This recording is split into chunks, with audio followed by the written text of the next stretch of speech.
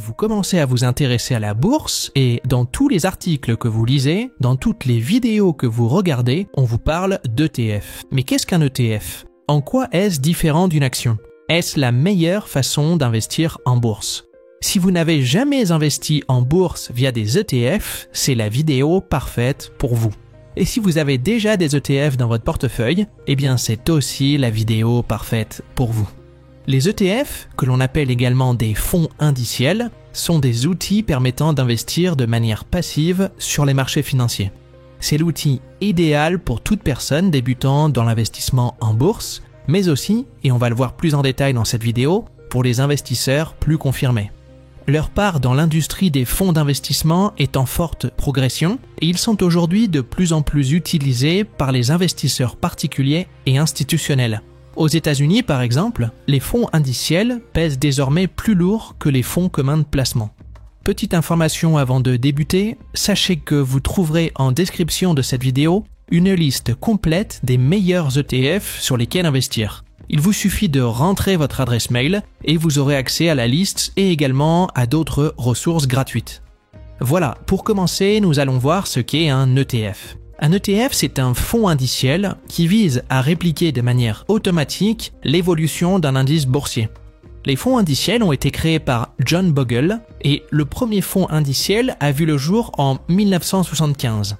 Les ETF sont donc des fonds indiciels cotés en bourse. Le CAC 40, par exemple, est le principal indice boursier en France. Un fonds indiciel CAC 40 va donc répliquer les performances de l'indice CAC 40 année après année. Pareil pour l'indice S&P 500 aux États-Unis ou le Japan Topix au Japon. Pour chacun de ces indices boursiers, vous avez un ETF qui va répliquer ces performances. La question que vous vous posez sûrement, c'est comment les fonds indiciels arrivent-ils à répliquer l'évolution d'un indice boursier? Eh bien en fait, il existe deux types de fonds indiciels avec deux types de réplication. Il y a les fonds indiciels à réplication physique. Eux, ils détiennent l'ensemble des actions de l'indice qu'ils cherchent à reproduire, avec la même pondération. Car, évidemment, toutes les actions n'ont pas forcément le même poids au sein d'un indice. Par exemple, au sein du CAC 40, l'action LVMH, qui a la plus importante capitalisation boursière de l'indice, eh bien, LVMH pèse environ 13% de l'indice, tandis que Airbus pèse environ 4% de l'indice. Voilà, donc pour une réplication physique, c'est de cette manière que la performance de l'indice est reproduite par une détention des actions à hauteur de leur pondération au sein de l'indice. Et il y a ensuite les fonds indiciels à réplication synthétique. Eux, ils détiennent un panier d'actions très liquide, plus ou moins proche de l'indice suivi, et ils obtiennent la performance de l'indice grâce à un échange, que l'on appelle un swap, avec un autre acteur financier qui s'engage à fournir la performance de l'indice contre rétribution. Dans le cas des ETF à réplication synthétique, le processus est donc légèrement plus complexe. Pour autant, au final, que l'on achète un ETF à réplication physique ou à réplication synthétique, la réplication est tout aussi fiable. À mon sens, le type de réplication d'un ETF n'est pas un critère de choix entre plusieurs ETF. Au-delà de ces deux différents types d'ETF, il est également possible de les classer en plusieurs catégories selon leur exposition. Vous avez les ETF des grands indices qui visent à répliquer les principaux indices boursiers mondiaux, comme le S&P 500 pour les États-Unis ou le Stoxx Europe 600 pour l'Europe. Les ETF d'indices secondaires qui visent à répliquer les marchés des petites capitalisations, c'est-à-dire les actions des petites et moyennes entreprises.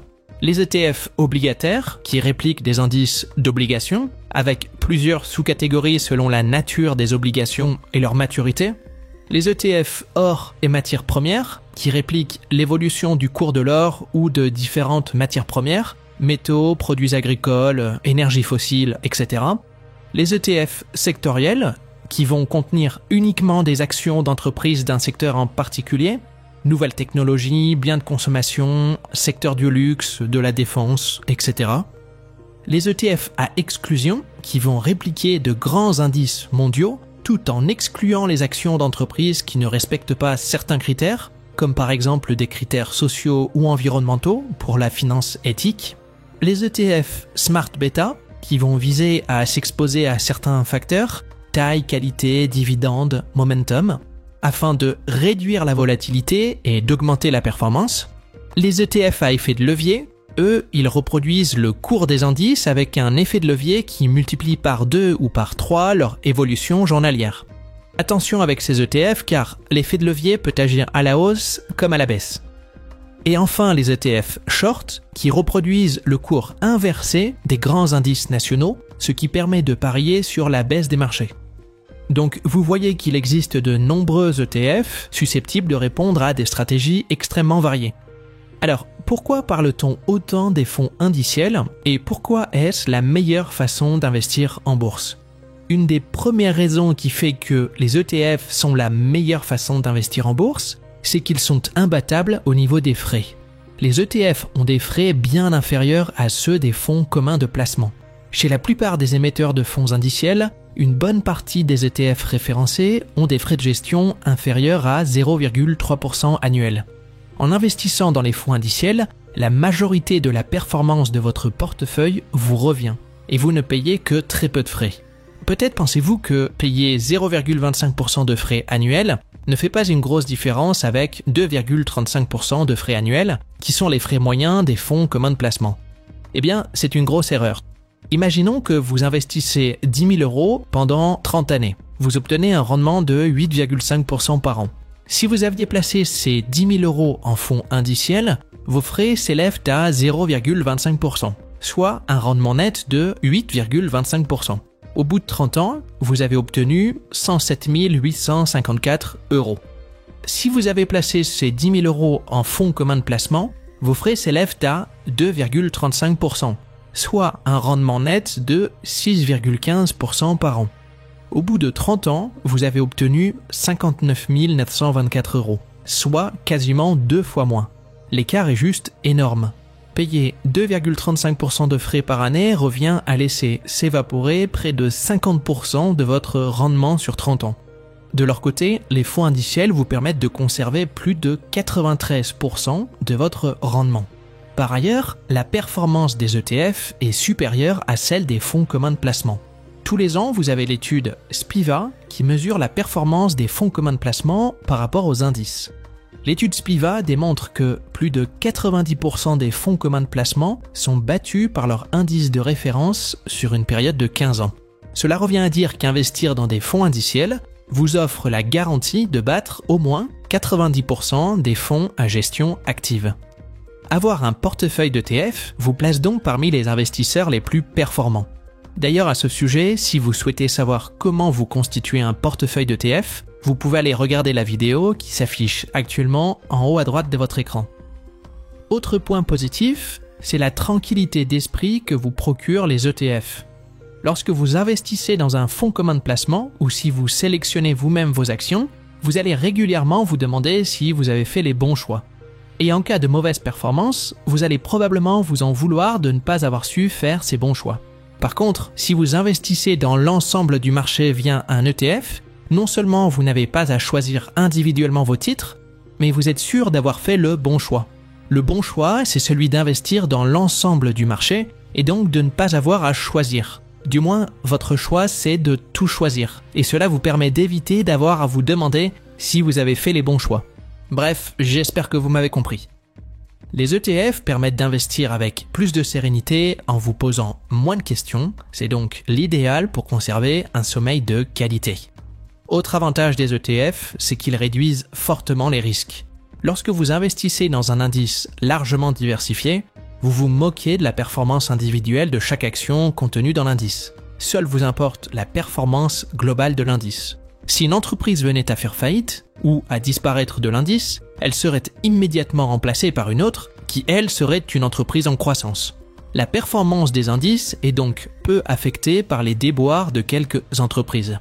Prenons un exemple, l'entreprise Enron, qui était une entreprise américaine du secteur de l'énergie. Cette entreprise était la 7e capitalisation boursière mondiale en 2000. Lorsque la société fit faillite en 2001, son cours chuta de 90 $ l'action à 0 $ l'action en quelques mois.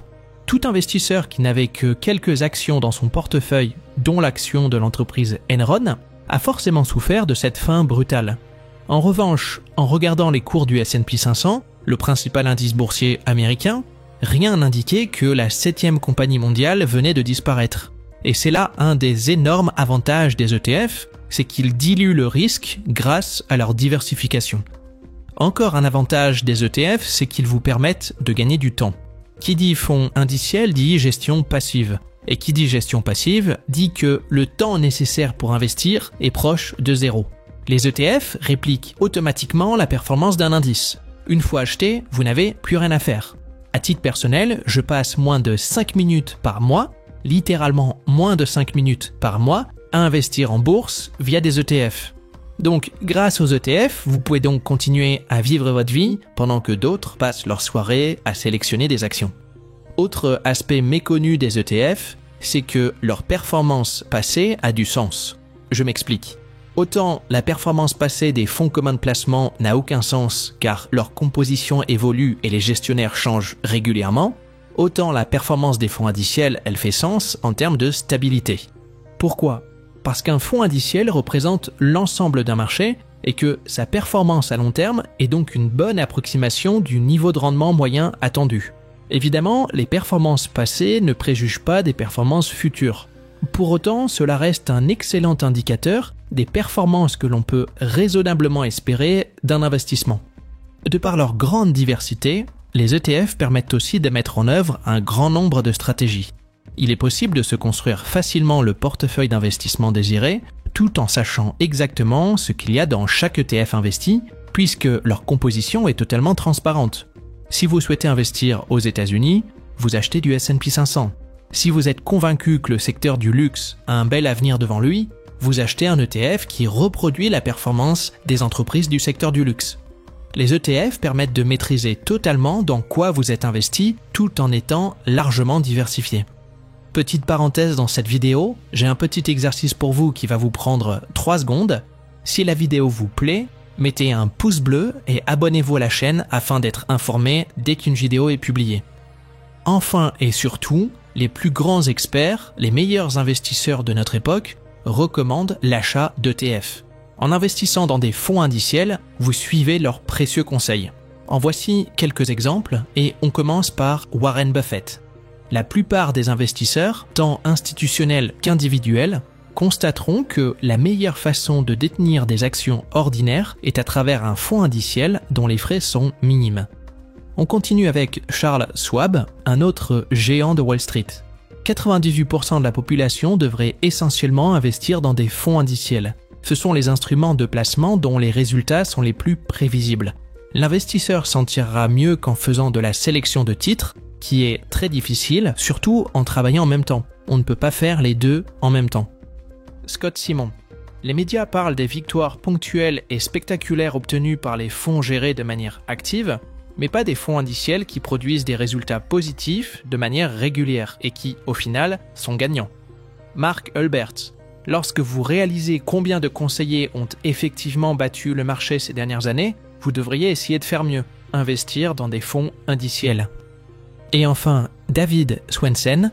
Lorsque l'on examine les résultats, déduction faite des frais et des impôts, sur des périodes de temps longues, il n'y a pratiquement aucune chance de battre les fonds indiciels.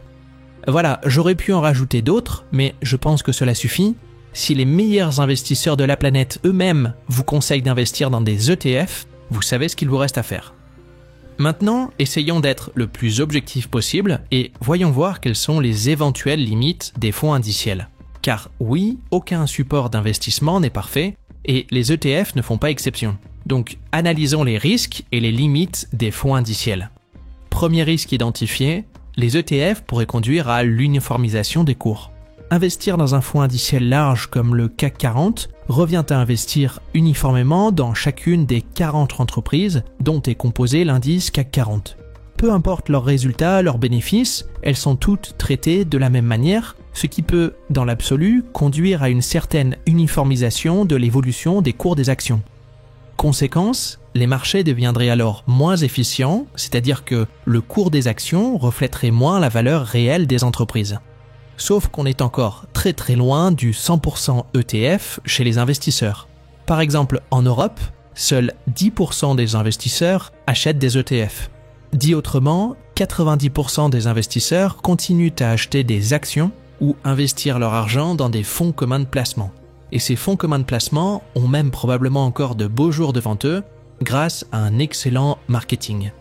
De plus, quoi qu'on en dise, il y aura toujours des investisseurs s'estimant suffisamment malins pour surperformer le marché en faisant leur propre sélection. Surperformer le marché, c'est possible, mais il faut du temps, des compétences et un mental d'acier. Au final, vous n'avez qu'une minorité qui y arrive réellement. Mais c'est tout simplement une caractéristique propre à l'homme que d'être compétitif et de penser que l'on peut faire mieux que la moyenne. Pour ne rien vous cacher, il m'arrive également de m'y essayer juste pour le plaisir de l'adrénaline. Alors, cette première limite nous conduit à une seconde limite qui est le risque de liquidité. Toutes les entreprises d'un même indice n'ont pas le même niveau de liquidité. Elles n'ont pas toutes le même nombre d'actions en circulation et prêtes à être échangées.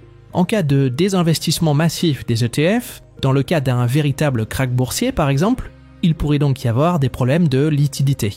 Ce risque concerne principalement les ETF à réplication physique, qui, on l'a vu précédemment, contiennent toutes les actions d'un même indice. Cependant, on est encore loin d'une situation dans laquelle les ETF à réplication physique auraient un encours tel qu'ils seraient susceptibles de créer un manque de liquidité à l'échelle mondiale, en cas de retrait massif des investisseurs. De plus, le potentiel manque de liquidité n'est pas propre aux fonds indiciels, mais à tous les fonds finalement. Pour autant, ce risque est également un rappel sur le fait qu'il faut adopter une stratégie suffisamment bien équilibrée et diversifiée afin de ne pas être tenté de tout revendre lors de la prochaine crise. Troisième risque identifié, les ETF pourraient-ils créer une bulle spéculative? Face à la montée en puissance des fonds indiciels, certains les désignent comme la cause de la prochaine bulle spéculative. L'argument est le suivant: investir dans l'ensemble du marché va gonfler artificiellement le prix de certaines actions et le jour où la bulle éclatera, le manque de liquidité aggravera la situation. En réalité, une grande partie de l'argent investi dans des ETF provient du désinvestissement des fonds actifs. Deuxièmement, les fonds indiciels répondent à une logique d'investissement à long terme. Les investisseurs passifs qui investissent à long terme sont moins susceptibles de revendre leurs fonds indiciels au prochain retournement de marché, car ils savent qu'à long terme, la bourse ne fait que monter. Il n'en est pas de même pour les investisseurs actifs et les gérants de portefeuille qui ont une logique à plus court terme, qui a tendance à amplifier l'évolution des cours lorsqu'ils se mettent à vendre dans l'urgence. Enfin, il faut aussi comprendre l'intérêt de ceux qui veulent faire croire que les ETF seront à l'origine de la prochaine bulle spéculative. Face à la concurrence des fonds indiciels, il est plutôt logique de voir certains gestionnaires actifs tenter de faire peur aux investisseurs en parlant de bulle spéculative. Voilà, on a vu qu'il existe plusieurs types de risques qui pèsent sur les fonds indiciels, même s'ils paraissent pour la plupart peu probables ou très lointains. Il semble clair que ces limites, entre guillemets, sont très loin de contrebalancer les immenses avantages des ETF. Pour finir, voyons voir comment acheter des ETF. C'est une question qui est souvent posée et la réponse est très simple, de la même manière que des actions. Les fonds indiciels se négocient à l'achat ou à la vente comme des actions via un courtier en ligne ou un plan d'épargne action. Alors, les courtiers en ligne, via un compte-titre ordinaire, offrent le plus large choix d'ETF. Pour un PEA, vous serez un peu plus limité par le nombre d'ETF disponibles, mais vous bénéficierez d'un avantage fiscal. Si vous recherchez un courtier en ligne qui propose un large éventail de choix d'ETF et qui offre des fonctionnalités d'investissement automatiques, je vous conseille de choisir Trade Republic, que j'utilise à titre personnel. Si cela vous intéresse, vous avez le lien en description pour bénéficier d'un bonus de parrainage. Et pour le PEA, le plan d'épargne action, j'utilise Boursorama. Vous avez également un lien dans la description. Vous l'avez compris à travers cette vidéo, les ETF sont le support à privilégier pour investir. En bourse, il est souvent conseillé d'investir uniquement dans des actifs que l'on comprend. Il se trouve que les ETF sont très faciles à comprendre. Les ETF sont le support d'investissement parfait pour l'investisseur. Diversification, efficacité, frais très réduits. Ils ont tout pour plaire. Ils sont à la fois le premier et le seul ingrédient nécessaire pour mettre en place une stratégie d'investissement efficace. Un portefeuille uniquement composé d'ETF est donc largement suffisant pour investir, quelle que soit votre stratégie. Voilà, j'espère que vous avez apprécié cette vidéo. Si elle vous a plu, n'hésitez pas à la liker et à vous abonner à la chaîne. Et en attendant, je vous conseille d'aller voir les vidéos qui s'affichent actuellement à l'écran. À très bientôt.